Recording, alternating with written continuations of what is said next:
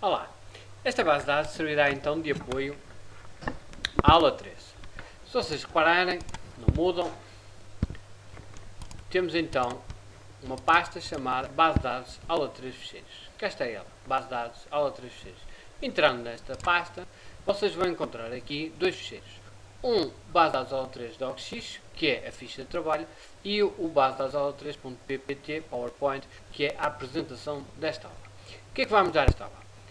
Abrindo então os ficheiros, temos então aqui a ficha de trabalho e a apresentação. Reparem que a apresentação tem aqui então um sumário. O sumário hoje é bastante simples, resume só uma linha, é criar uma base de dados vazia utilizando-se a criação de tabelas na vista de estrutura. Portanto, o que nós vamos fazer hoje não é mais do que passar estas três tabelas que tínhamos em Excel, tabela produtos, tabela clientes e a tabela vendas, para o programa Access. Como vamos fazer isso? Vamos primeiro, como é evidente, ter que abrir o programa Access. E vai-nos aparecer esta opção, base de dados vazia, na qual nós devemos digitar o nome e fazer criar. Portanto, é o que nós vamos fazer aqui. Selecionamos base de dados vazia, damos o nome, pode ser aula 3, e fazemos criar. Ele vai criar nesta pasta. Se quiserem criar na pen, já sabem, têm que clicar ali na pastinha e apontar para a pasta. Ora, depois de criar, ele por defeito aparece-nos já tabela 1. Ele já criou a primeira tabela. Ainda não aguardou, mas já criou. E criou o primeiro campo, que é o ID, que é um campo-chave primário. Isto é, por defeito, ele faz sempre assim. Agora, reparem uma coisa. Que tabela é que nós temos aqui para os produtos, por exemplo, começando aqui na tabela produtos. Não tínhamos ID quer dizer identificação, em inglês. Nós temos código PROD, que é código produto. Depois temos produto, modelo, preço e estoque. Seriam estes os campos que nós teríamos que colocar aqui na nossa base de dados. Ora, nós temos várias hipóteses. Ora, para mudar ali o nome ID, reparem, já será mais difícil. Portanto, nós, apesar de podermos usar esta forma para acrescentar novos campos, por exemplo, aqui tinha ID, eu poderia acrescentar aqui nome, ou produto, aliás, que é o nome do produto, e dizer que era do tipo texto. E ele automaticamente tinha-me criado ali o campo. Mas eu não gosto desta vista, eu prefiro ver aqui. Portanto, a primeira coisa que nós vamos fazer é, quando criamos uma tabela, e reparem, quando criamos uma base de dados nova, ele cria logo a tabela 1, por defeito. A primeira coisa que vamos fazer é ir aqui, reparem que estamos no friso folha de dados, ir a vista e passar para a vista de estrutura. E ele pede-nos automaticamente para guardar o nome da tabela. Reparem que ela não estava guardada. Portanto, se vamos começar a trabalhar na tabela produtos e a fazer a tabela produtos, damos então o nome correto, que é, neste caso, produtos. E agora reparem, cá está o ID, que agora já podemos alterar como campo-chave primária. Vamos ver depois o que é que isto quer dizer. Isto quer dizer chave primária porquê? E está como numeração automática. É muito simples de perceber que este código do produto, o programa, se o numerar automaticamente, melhor. Nós só temos que pôr picareta P1 e automaticamente o programa é que mete ali código. Isto facilita-nos a vida e evita erros. Mas vamos depois ver isto mais ao pormenor. Aqui, reparem, o que é importante então é mudar o nome para código PROD. Não usem espaços, usem underscore e PROD. Nunca ponham acentos nem espaços nestes campos. Temos então o código produto, temos o produto, que é o nome do produto, modelo, preço, eu estou a usar cestilhada, também devia usar, e stock, ok?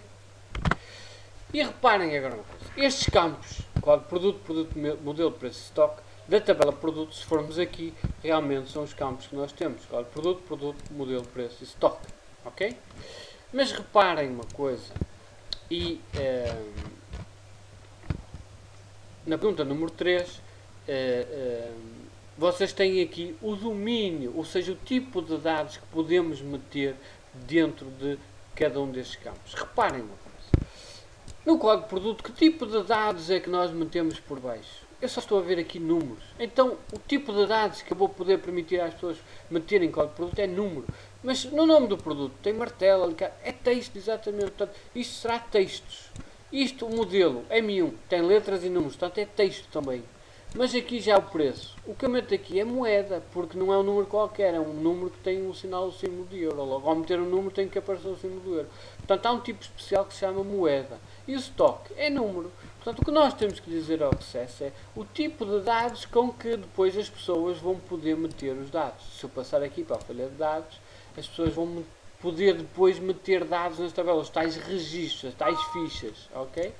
E reparem uma coisa, eu já tinha posto o primeiro, o número 1, que, por exemplo, segundo aqui o Excel, o produto 1 é o martelo M1. Portanto, vamos com uma questão de consistência, me chamar a mesma coisa. Martelo e modelo M1, ok? Preço 250 e stock 14, ok? Cá está. O que eu meti por baixo do código de produto foi ele que o meteu, reparem, que está como numeração automática. Por baixo do produto eu meti martelo, é um texto, portanto ele aceitou. O modelo também é texto, ele aceitou qualquer coisa. E reparem, no preço eu meti 250 e no stock meti 14. Aqui ele até podia apresentar, vamos passar outra vez para a vista de estrutura, o botão do lado direito, vista de estrutura, e cá está, pois evidentemente que eu ainda não mudei os domínios. Ora bem, eu chamo isto o domínio. O que é o domínio então?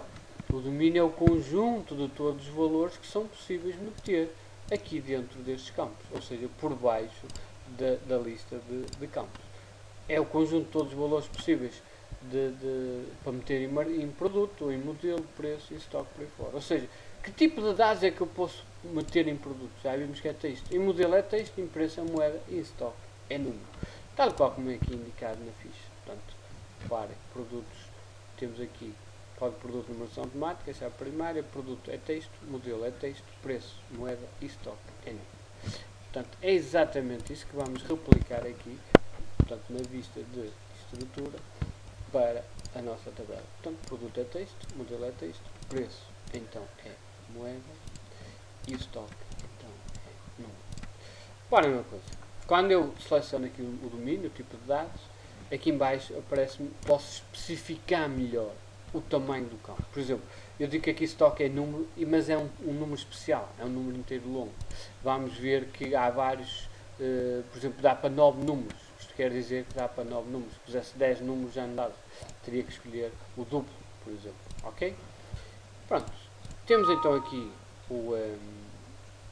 e já agora, se eu selecionar aqui o modelo texto, aqui aparece-me também o campo é 255 caracteres. Eu posso eventualmente alterar isto.